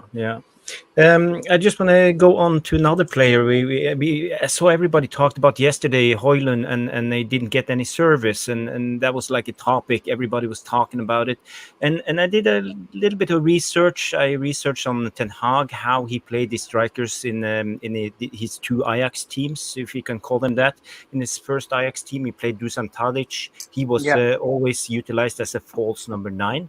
And he played with Sebastian Haller in the second Ajax team, and Haller was always dropping down. He was like a receiver of the ball and just flicking it on, and they used a lot of time going to attack, and he had a lot of time to move into the box. So it was about rhythm, and when it comes to Højlund, I see he tries to do the same thing. I think it's Ten Hag who tells him to drop deep. He always drops deep on the right, drops deep, and then receive the ball, flick it on. But we always rush it from the wingers because we don't have the same rhythm or timing. And sometimes Højlund comes in too early, sometimes he comes in too late, and sometimes they don't even see him because they are busy looking down on the ball trying to dribble. And for me, this is about, I don't know if it's about the players or if it's about Ten Hag. Is it about Ten Hag's expectations for his tactics, or is it about the players' execution? So execution. I will ask this question to Mark. I think execution. Listen, everyone's disjointed at the moment. The whole team. You can't expect one man to pull you out of the shit, right? I think with Højlund as well, we have to remember, yes, he was a heavy price, but he's very raw. Even if you look at him at Atalanta, he's a raw player. He is not a finished product. And I think when you look at what he does bring, yes, I know he's gone through a stint of not scoring until more recently. He does hold the ball up really well. And it's about the kind of cohesion of the whole team. You know, you can't be expected to, as I say, be the star in a really disjointed team. I think you're right. I think you mentioned about the wingers there. I think with the wingers and types of wingers that they are concerned about how they're dribbling with the player they're going to be, and that's just the way that they play, and that's not their fault. But consequently, it does have an impact on Højlund receiving. Funny enough, the best person that works with Højlund out of all of them is Rashford, right? And he's been underperforming this season. He's had the most assists for him, and he's got the best partnership with him. I think that's clear, no matter how much you obviously may or may not like him and how he's performing this season. But listen, until we start to have a better structure in place, you know, we go back to the beginning of the show, we're talking about the recruitment. Shit rolls downhill, doesn't it? And if you haven't got that right, if you're not bringing in the right players, player profile, looking at all the kind of player analysis and all of that kind of thing before you bring in the players, it's not going to work straight away. And I you know, we want more goals from him. Fine, I can understand that. Probably should have had a lot more. You're dropping confidence again. We talk about Wayne Rooney. He had spells where he was awful. Ruud van Nistelrooy, he had spells when he was awful. But we allowed that because we had every other player to pick up the pieces. As soon as a player has an awful time in the current system, we're in on them. And actually, we need to look at the bigger picture a little bit. The whole team is disjointed. And until they can build up that kind of repertoire and responsibility and that kind of cohesion, it's very difficult. But listen, for me, I really like Højlund. I'm sure you've all said it as well. I think he holds the ball very well. Good link-up play. And everyone around him needs to improve as well. And he does too. And I think once you see that, he will get far more goals in the future. Yeah, so cheers, Jarvis. So Mark's absolutely right. The interesting thing about what you said, Jarvis, is absolutely right. Erik Ten Hag is getting him to drop off. He wants him to play the Sebastian Haller role that he had at Ajax, and he can do that because, as Mark correctly says, he holds the ball up well. He can turn, you know, and he's got a little bit of pace. What they don't know between the three of them, whoever's playing, is their natural speeds across 10 to 20 to 30 yards. And it's a very easy way of doing that. So you just line up all three, 50-yard run, and then you time who gets there first, second, and third. It's not about who wins the race. It's about understanding the timing, so you can then coach them and say, well, look, he's 0.8 of a second quicker than you over 10 yards. So we've either got to work on that, or we've got to work on how you can get there slightly ahead of whoever it is, Garnacho or Rashford, so that when the ball is delivered, you're there and you're waiting for it. Because what's happening now, and what Mark is saying, the lack of cohesion is there because that we're so disjointed. We don't know the types of speed that the wingers are going to run at. We don't know the types of speed that Højlund's going to run at. The VAR room might look at it and think, it's a bit, but it's how it is. The perfect striker is able to sense a delivery a second before it's there. Because if you don't, you're a second behind. You know, and I talk about this all the time, don't I? You know, Tom's heard me speak about it, Mark definitely, about the timing and the ability of somebody like Van Nistelrooy to sense a cross or sense a delivery and sense to where I've got to be and want to be. And he, you know, and Højlund will have to learn that. He's got no choice. He's 20 years of age. But this is the type of basicness in football that we're not doing, because I'm not seeing it. I'm not seeing the cohesion, but I'm not seeing them working or try and work together to, you know, so there's no, you know, also you talk about communication. So once you've got that sorted and you know that Anthony may be quicker than you and Garnacho might be quicker than you, and here's my arrival time at the box. Once you've sorted that side of it out, you've then got to get the communication, the verbal communication sorted out as well.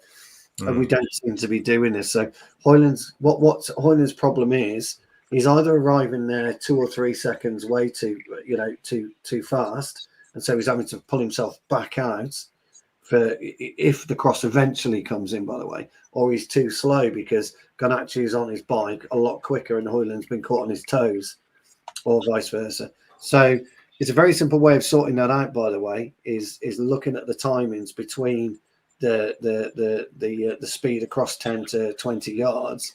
It's very easy to do. You can do that. It's not a difficult task, and we should be doing that anyway. But then if you don't communicate, once you've got that part of it sorted out, you're still going to have issues anyway on the verbal side. The other thing and the final thing about it is once he's in there, he's got to up how clinical he is on his finish. You've got to be massively ruthless. I thought his goal he took superbly well on Sunday. Sorry, was it Sunday? Yeah, Sunday. Where are we now? Monday. Yesterday. Monday, yeah. On yesterday. I thought it was well taken. But he's not showing enough of that. He's not showing enough of that ruthlessness. There's a whole kind of area of things they've got to get right, and they can do it, Jarvis. It's not difficult. Yeah. But I just want to go to Tom about this, because we have another factor in our rhythm of the attack, and when Højlund lays it off, he lays it off to Bruno usually, and Bruno is the one who wants to go directly forward and play like a one-touch pass through to Rashford or Garnacho, whoever, and puts them on this runs all the time. So in a way, I think Bruno is the composer, or what do you call him, the guy who sets the Catalyst. rhythm. Yeah, the catalyst. So how do you see that, Tom? Is Bruno off, or doesn't he understand what Ten Hag tries to do? I think he understands what he tries to do, but I think in terms of in the final third this season, especially decision making, I think he's been poor. I have to admit, I think he has been poor. He's had some brilliant seasons, I will admit. I think he's had, arguably 2 decent seasons out of the time that he's been here. Last season as well, I thought he was okay. Yeah, I thought he did quite well as well. But I think when you're in the position that we're in now, with the amount of games that we've played this season, and albeit Højlund's a raw talent and everything, I understand that. He scored 8 goals, and I get the guy put up a comment before, I can't remember who it was anyway. 5 of his goals have been assisted by opponents. So really, 5 of his 8 goals he had to make by himself. Arguably, we can, and you can say it for what it is. Like, even as a young player, I think it looks poor from a creative aspect for a lot of our players, from wide players, but also I think Bruno Fernandes, as we said before, is the catalyst. He's the player that, out of probably all of our team, if you want to stick a ball on somebody's head, you'd want Bruno Fernandes to be on the edge of the box or taking a corner, and you trust him more than anybody in the squad to do that. But in terms of delivery, again in the final third, performance I think has been below par. But I do think in terms of improvement for Højlund and everything, I think there was one game this season that I thought that they actually played with him. I know it sounds bad to say that they play against him in some games, but I do think they do. Garnacho, I think the way that Erik Ten Hag's built his wingers, he wants them to cut inside. And if they're going to cut inside, most of the time, the thought process from a wide player is, can I shoot into the far corner? It's not going to be, can I pass? And Anthony is built like that. Rashford's built like that.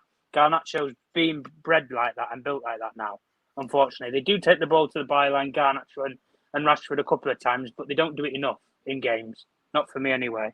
But I think if you get, like, for example, we take the Crystal Palace game in the Carabao Cups, what I always stand out to. We played Garnacho, Pellistri and Højlund as the front three for that game. And I know it was Crystal Palace, underperforming team, whatever. Fair enough. But I look at the basis of that and I thought, as an attacking output, all three of them played in tandem. There was rhythm, there was link-up play, they understood where each other was on the field, they put balls in the box for Højlund, albeit he didn't get on the score. I don't think he scored in that game. But he was contributing in factors of link-up play, keeping the rhythm and the tempo. Now, I always believe, especially at this level of football, there's two ways that you can have a striker. Either they're going to be a link-up player and they're going to be very creative. Those sort of players that I would put in that model. Gabriel Jesus, Martial, arguably, you would say, Roberto Firmino when he was at Liverpool. Similar sort of profile players. I think the creative flair players. They'll link up play, they'll provide a bit of yard of space, but they'll lay it off to a wide player to then cut inside or run off or whatever, or have a go at a player, irrespectively. But you also have a different profile, which is clinical goal scorer. Harry Kane, Højlund, wherever. You want that player, regardless of wherever they are on the pitch, forget link-up play for a second, 18-yard box. 18-yard box, put them in the box, create chances, put the balls in there, get it on the head, on the feet, whatever you've got to do, give them enough chances in games, and with the quality that they have, they will score goals. It's just about you have to give them enough chances. Højlund, I think you need to give him arguably 3 chances in a game, and he'll take one of them. And that's just because I think the age that he's at. He's raw, he's maturing, he needs to develop. Until he develops fully, and this is why I said, and I think we'll all agree, that in the summer, we all were sitting there probably saying that Harry Kane's the benchmark to go and get, and Højlund's the understudy. That would have been the sort of tandem that we wanted. Højlund would have been sat on the bench, say, for example, yesterday, or he might have been given a couple of minutes. But then when you go to big games and big environments, you want Harry Kane as your number 9 because you know what you're getting. And Harry Kane, I think, would have been the perfect profile for him to have learned off. He'd have learned the link-up play, which he's developed for a couple of years with Spurs. We know he's a clinical goal scorer. You know, the Premier League, record was on for him when he was going to try and surpass it with Shearer. He might still come back and do it to the Premier League. We don't know. But again, it comes down to development. And if we're basing it, like I say, again, off of if Erik Ten Hag isn't here at the end of the season, there's a lot of people suggesting that he won't be. And I'm not being funny, if I'm Ineos and I'm looking in the stands as advisors or directors right now, I wouldn't necessarily be best pleased with performance. I think he needs to get the performance up for a lot of these players to put himself in contention with it. But if they do go in a different direction with another guy, I think Højlund as a benchmark, you build a bit of a future with the kid. You develop him, but I want some experience brought in. I don't want to burn the kid out. I've seen the story far too many times. You have a talented young player. Martial was the same. Rashford's the same. You burn them into the ground with games, with pressure. When they don't score, they don't contribute enough to the game. The media takes the spotlight on them, and injuries catch up with them. You burn the potential out of them, and then suddenly you pay £70 million or £50 million like we did for Martial, and then suddenly you think, where's that money gone over 9 years? It doesn't add up. The numbers don't add up for what you've got output from that player. So I like Højlund. I want to develop him a bit further and everything. But maybe, like I said before, if you do get a new manager in, they might see something different with this kid. They might develop him differently. But they might not look at Højlund and think that he's a number 9. They might think, I don't recognise you as a number 9. I think you've got the pace, you've got the physical attributes. You never know, guys. He might be our right winger solution. We don't know. We don't know how, because in modern day football, centre halves are midfielders and fullbacks are, wingers, and everything's changing. So you never know what's going to happen. But I do like the kid.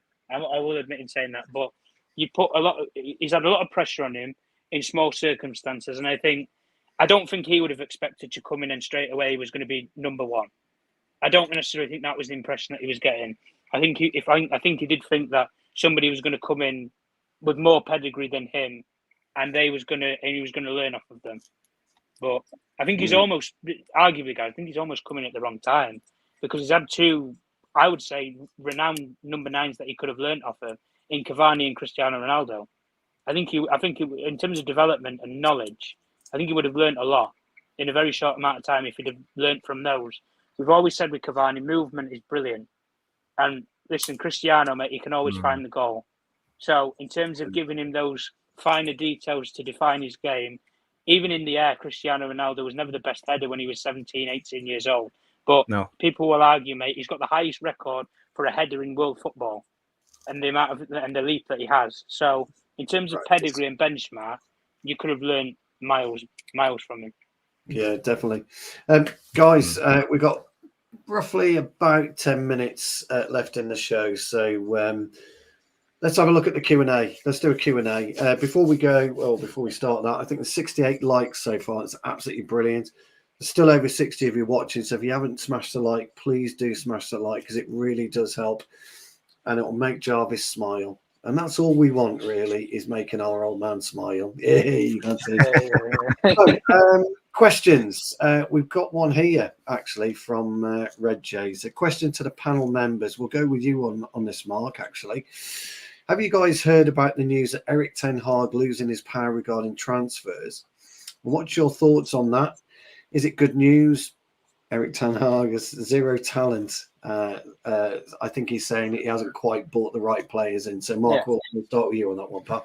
Yeah, I don't think his talent ID has been woeful in any means. I said this earlier on in the show. I think there's 1 or 2 that we can question. Anthony, obviously, have been a hot topic tonight. I think Casemiro has been great in the year and a half. I think it's been fantastic, actually, and something we needed for a long time. Martinez, as I've already said as well, fantastic signing. Malacia I really like as well. We need to see a few more from other players and whatever else. I don't think it's that bad, but I think you have to look at the best run clubs, and they've got people to do it for them.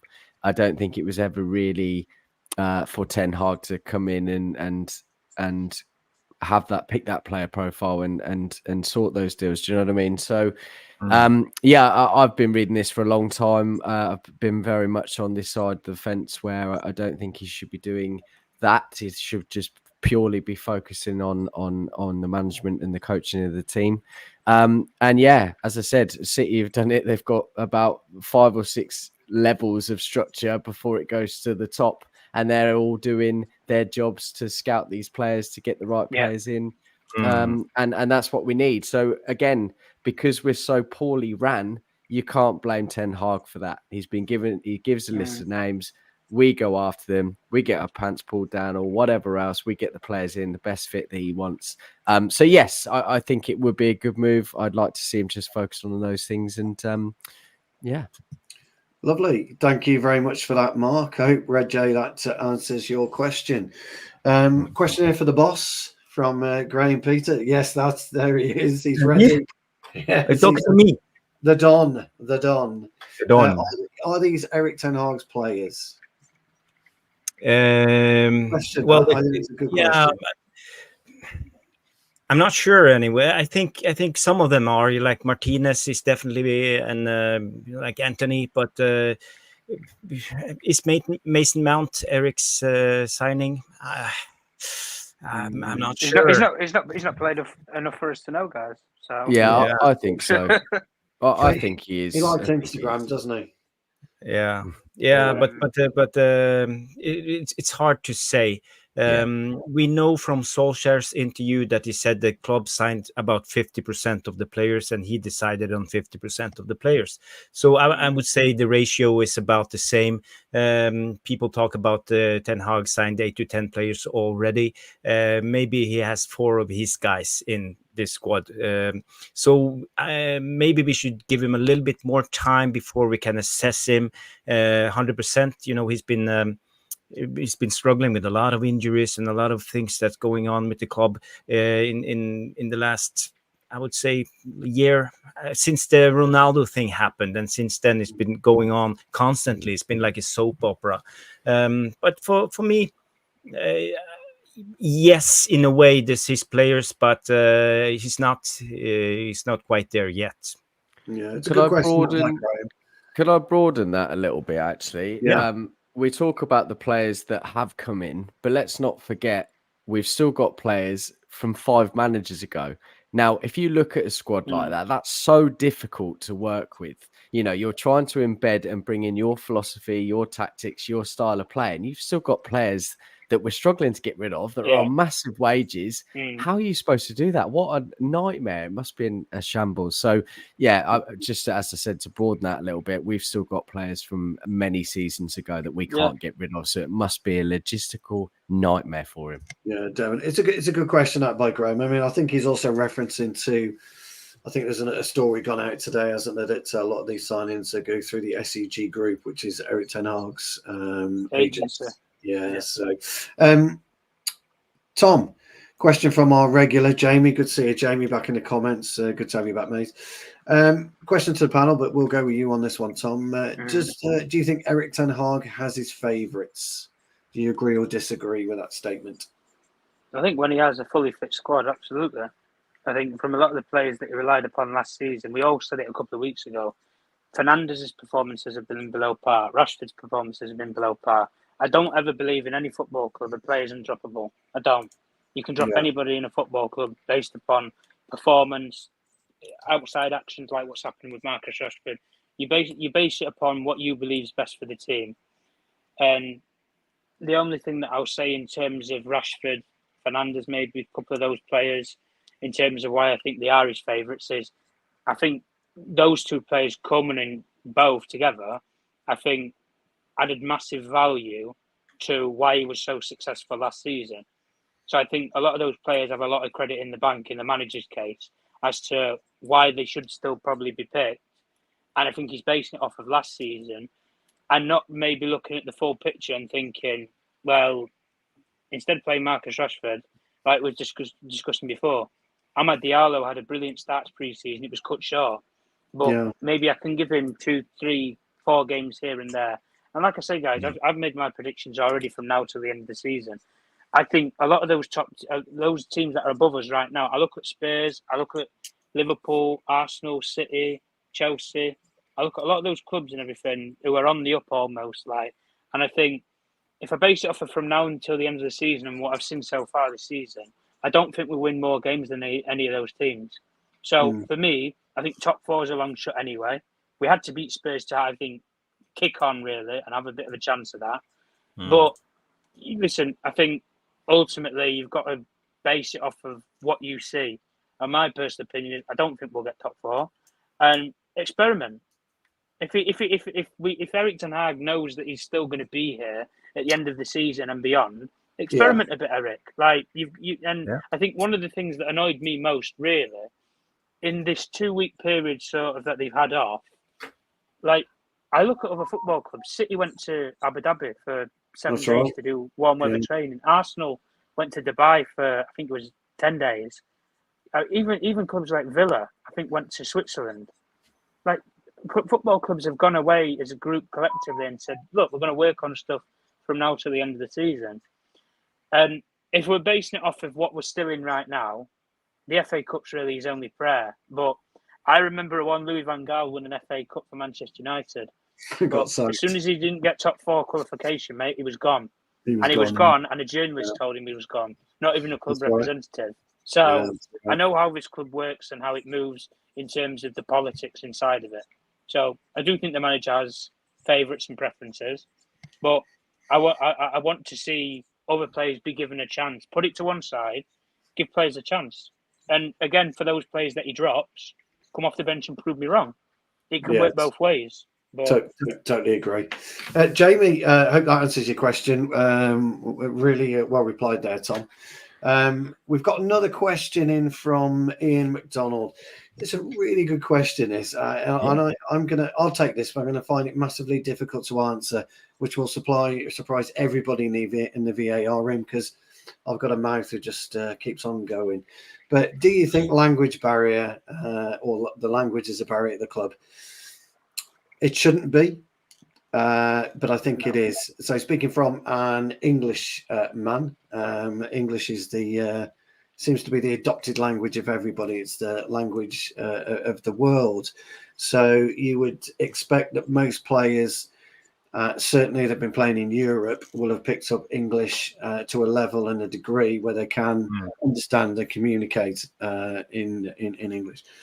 It appears, though, to me that I think some of our Brazilian contingent or our Spanish-speaking contingent possibly are a little bit lazy when it comes to trying to get a grasp of the language. And people will say, well, football doesn't require anything but, oi, you, there type communication, that Neanderthal kind of language that males tend to speak anyway. The grunt, as my wife calls it, and I suppose at the end of the day, you consider that fact that players can be lazy. English people are exceptionally lazy when we travel. If I was to go and see Jarvis in Norway, I'd expect him to speak English, which is wrong, because he should be expecting me to speak Norwegian as I'm going into his home and his native. But we don't. We expect you to speak English. So. I think it's a difficult one to really answer, Ian. I think it's a great question. It really but is. It also comes with the level from Ten Hag and down to the players. Yes. Yeah. So, I know his assistant, Stuart Michel van der Gaal, he speaks 6 languages. Yeah, he does. In terms of a coaching approach, I don't necessarily think it's hard to get across what they want to do on the training ground to all players, irrespectively. And don't forget, Tom, McLaren is fluent in Dutch, as we all know. Or not fluent. His own. Anyone see? God, just quickly, does anyone see Eric Dyer's first interview? With Bayern. For God's sake, what is it with? I mean, he was brought up in Portugal, wasn't he? So he speaks Portuguese, but I find that hilarious. We have got a couple more questions to go. Somebody called Jarvis Cocker has asked a question. I've got no idea who he is, but we'll. Anyone know Jarvis? If you know Jarvis in the comments in the VAR room, please let us know where we can find this rapscallion. Leslie Sammy, welcome. Graham Peter question, I'm guessing. How do you be a good? Are you asking Graham the question? Okay. But we'll answer it anyway.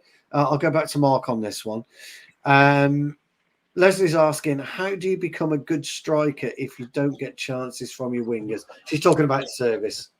Yeah. So, obviously we covered that, didn't we? But as I said, just disjointed team. The wingers are thinking about one thing only: run at the player, trying to take them on. Unless you're Anthony, perhaps.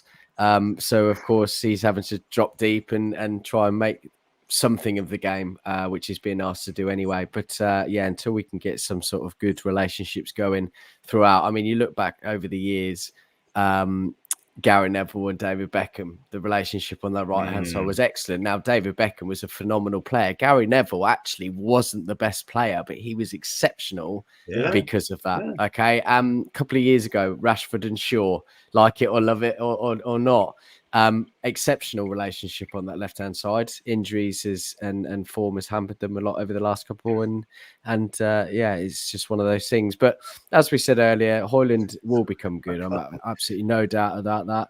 And just a couple of things I wanted to add in, actually. So I've just, I don't know about the source or anything like that, but apparently Ten Hag is fuming that Ahmed liked the tweet from yesterday. So it's not going to be definite that he's going to stay and could go back That to was Sunderland. Yeah, it was Sunderland. Yeah, Sunderland, number 16 at Sunderland, probably by deadline day. So all that talk about Ahmad was useless tonight. Lee, I hope that answers your question.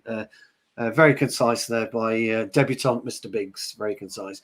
So we've got this clown. This brilliant host, Jarvis's question. Okay, so we move on. I'm just kidding. I'm just kidding. He won't do that again. I could take it. I could take that was my own personal red card, my first one.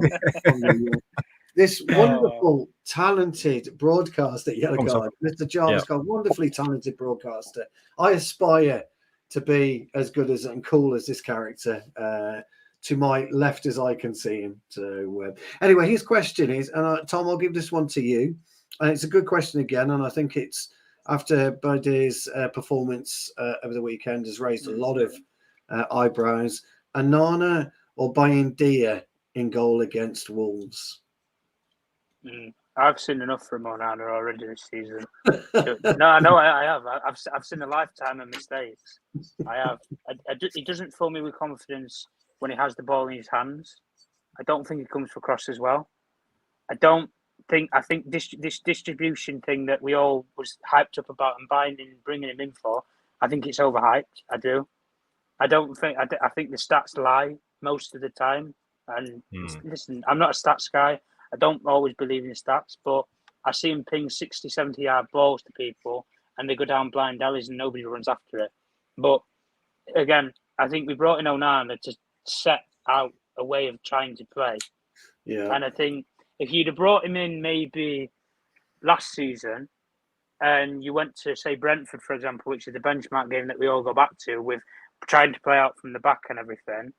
But if you put him in that game, I think I can understand more to the point what Eric Ten Hag was trying to do at that time. Build up from the back and then take the ball forward as a team. But for me, I think Bayandir, based upon the 2 goals, listen, the first goal, what can you do about that? Couldn't have helped. None of us could say that. No. Even Stu would tell you he could, but even if it comes out of Martinez. I would have gone like that. I would have gone like with the flick over the bar. No problem. You can put Onana and Bayandir in there. I still think it probably ends up going past the pair. No, it's a goal. Tom. The second goal. Listen, you can, like I said before about Delo, I thought he was marshalling planes at Manchester Airport. Varan, again, lack of pace, probably costs us in that aspect for cutting across and getting the cross out again. But I thought Bayandir positionally, I thought he did well. And listen, I'm not going to hype it up. It was against lower league opposition, but you can only play what's in front of you. And what I saw in that game, I thought he was pretty decent. And arguably, from what I've seen with Andre Onana in the last couple of weeks, where we've all been sort of hesitant to say, well, we don't really know what Bayandir is going to do. So we can't really just throw him in the dark and hope for the best. He's had a game. And from what I saw, I like the look of what I saw, albeit against the opposition I did. I'd send him to Molineux. Send him to Molineux with a fully fit squad, the best players in front of him, best defensive line, and see what he can do. And I put Onana on the bench. If you need to use an excuse for it, Eric Ten Hag, here's an excuse for you. Andre Onana's jet lagged. There's your excuse. Well, he's missed the flight. There's your excuse. Not illness. I don't want to hear this mysterious illness. I know we've got 1-star food rating. He couldn't catch a cold, Tom, could he? The old one. I'm here all week. The old ones are just before. I know Mark has got something to say, Tom, about Onana.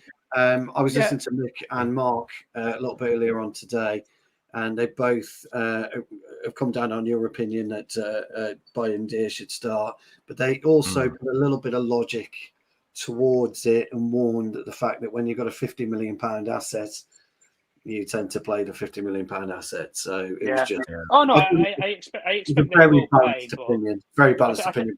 I think he will play. Yeah. Yeah. So sorry. Go on, Mark. Yeah, he will start against Wolves and Onana. Absolutely sure for that. I know I'm going to get crucified for this, and maybe I wear my heart on my sleeve and I get defensive of players, but I don't think he's been as bad as people make out. Okay. And not every player is going to come in like Bruno Fernandes, particularly keepers, particularly after David De Gea leaves, which is right to do, by the way. He had to go at that point. It's very, very difficult. Now, with regards to the distribution, he is very good at distribution. What happened at the beginning of the season, he was distributing it very, very well. However, in order to accommodate that, you have to play a high line. So we were getting caught out on the break, and defensively, we didn't have the partnerships, and consequently, we would concede goal left, right, and centre. So what Ten Hag did was bring that line back. So we're now playing a low block, and therefore he can't distribute and do what he does the best. And I feel like that's a bit of a misnomer. We can talk about that all we want, but there's a reason behind why he's unable to do that. It's not a coincidence that last season he was probably one of the best goalkeepers in the world. He carried a lot of the time that Inter Milan side through the Champions League. Pep Guardiola, and we all allowed him because he's a great manager. There's no doubt about it. As he even said, he brings a massive dynamic to players that want to play a high line, and his distribution is excellent. That doesn't go overnight, okay? Shot stopping, I understand, doesn't command his area, I understand. We've been used to that for a number of years now. Let's not pretend that David De Gea was any good in the last couple of seasons, okay? Yeah. So listen, it's the same level playing field at the moment. Give it a bit of time. We can all crucify him, but he will be okay, in my opinion. Okay. Mr. Cocker, I hope that answers your question. Just a quick one before we move on. Good to see Trev Wade in the comments, rinsing me as usual. Nice to see you, pal. Thanks for joining us. We've got 2 questions left. So this is an interesting one from Stephanie. Why is Mertens still involved in club decisions? I think, and I'll just briefly take this, and you can all just, if you all want to jump in, feel free. Stephanie, very simply on this one, I think that will change in the summer. I think we'll get to the summer, and that will probably change. I don't know what the panel think, but that's my opinion. Yeah. I think when you're doing a transition like this, and unfortunately we've been in it for 10 years now, that's not going to change. You get new owners in, even if it's 30%. They want to put their staple on the club. They see it as a project where actually they can save Manchester United. That's going to be the massive attraction. So they are going to get the right people in. We've heard the names that have come out. I do believe that they will bring in those kind of names. And I think with that, Murto will go as well. They have to. He's not a footballing man. He's done, but he actually got crucified a little bit the last summer or two. I don't think he did a bad job. Actually, I think he was actually much better at communicating and brokering the deals. We might have overpaid for a couple of them, but Ajax knew we had to pay that much for Anthony because we were desperate and we panicked. But actually, I don't think he did a bad job. However, with the new owners, he will be going in the summer as well. And I think he's doing less and less as time goes on now anyway. No, good one. Just another rinse here by Dala. Thank you very much. I did split onto my carpet. Yeah, it's embarrassing. I have to hold my hands up. Just acknowledging the VAR room, as usual. You've been absolutely magnificent tonight. The conversation has flown, so our sincere apologies if we haven't put up all your comments, but please know they're all well and truly valued and loved as always. Final question of the night. I'm going to give this one to you, Jarvis. And this is Garnacho last year, Mino this year. Who'll be the youth to come through next season? I know you've got one particularly you've got high hopes for, haven't you? If we can convince him to sign a contract. Yeah, as I was told by Roshmano, he sent me a couple of links that it was highly likely that Man United would re-sign or give Isaac Hansen a new contract, and he would accept it. So it's good news in a way, because the kid is 19 years old now, and I think it's really technical, but he's a little bit. He's a little bit skinny. He is a little bit weak in the duel, so he needs to gain some muscles during the summer and put on some lift those weights. But when it comes to the one I believe will be the best next season is actually Omari Forsen. I think he had a good well couple said. of minutes in the Newport County game, and I like, he looks composed. He has a great pace. He's dangerous when it comes to goals, and I think he can develop into a great player. And I have seen Ten Hag. He has put him on the bench a couple of times, and he trains with the first team all the time.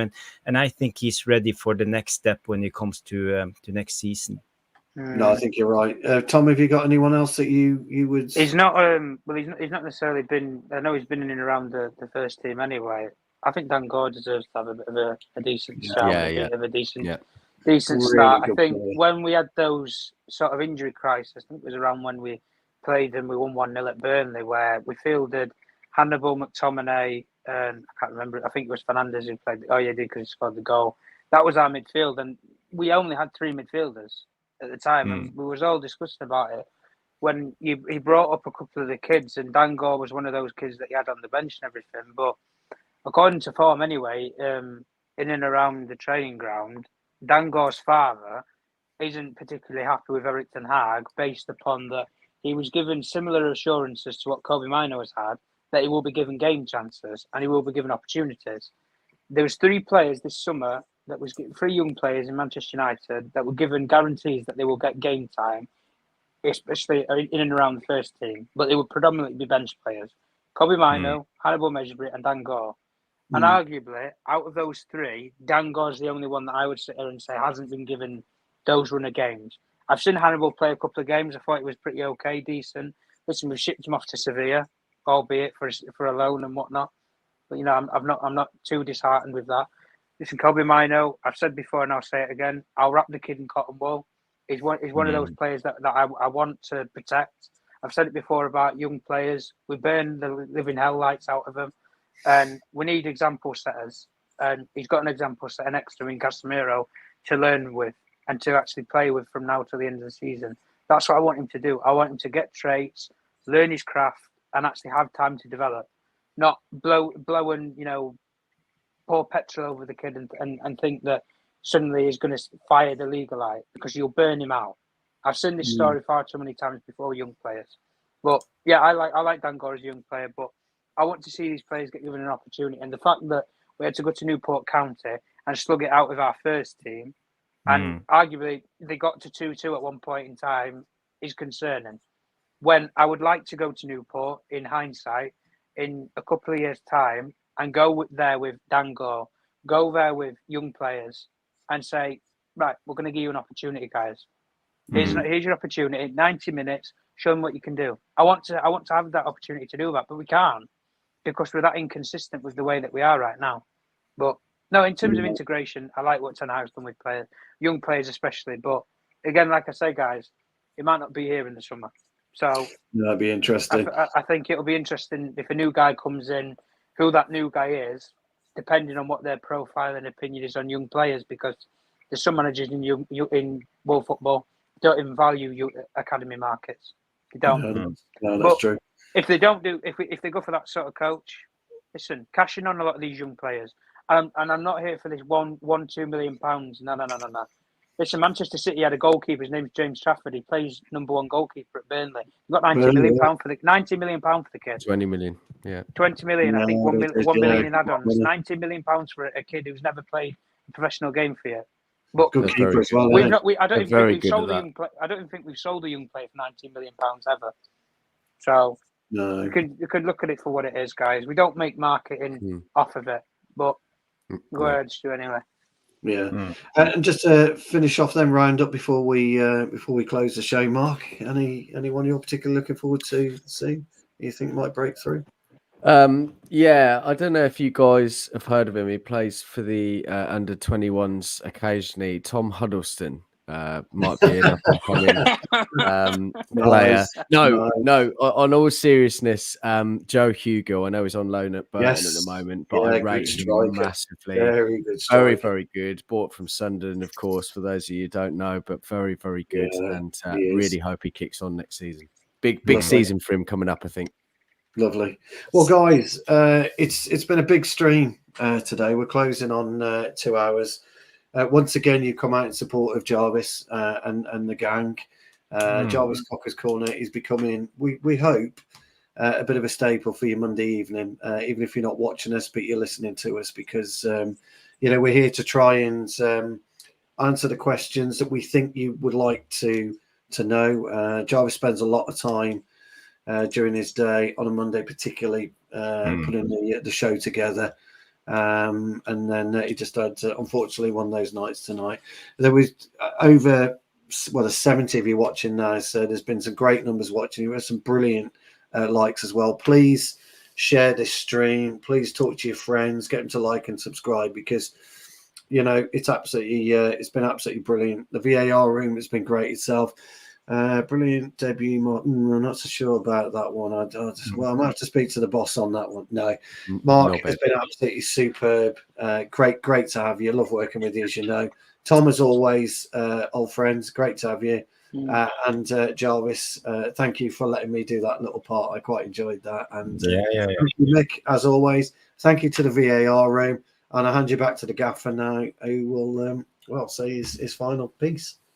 Yeah, I just want to, same as used to, thank everybody who participated in the stream. Thanks to Tom and Mark, and of course to Wally and the VAR room. We have Trevor Wade, Philip, we have Compost Murph, Ivo Bosic, Jale Malin, we have Red J, SBK, Lillis, always here, Lillis, Compost Murph. I said Compost Murph again, so I will just scroll a little bit more up. We have Tualumba Firi and Ivo Bosic, of course. So yeah, great having you guys. And maybe what's the next show? I think we have a morning show with Mick tomorrow.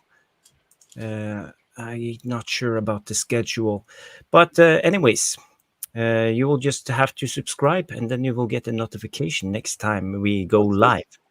That's it, yeah. Please like, subscribe, and if you want to see Mark Biggs, you'll be able to see him on a couple of other channels. Mark will let you know in due course. I'm a bit of a mercenary these days. I'm with everyone, but yeah, you can catch me on Devil's Advocate.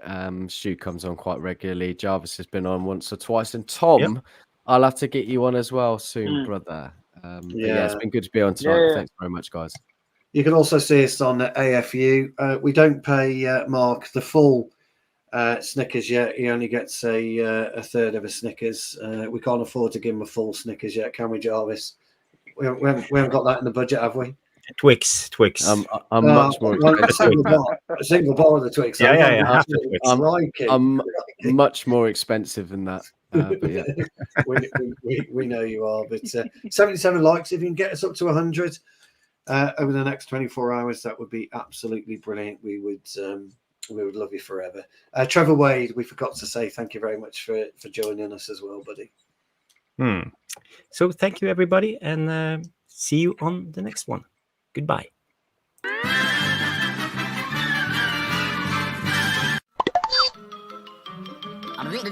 That's all, folks. Thank you so much for stopping by and watching Mufc Realist TV. Don't forget to like and subscribe and follow us on the socials.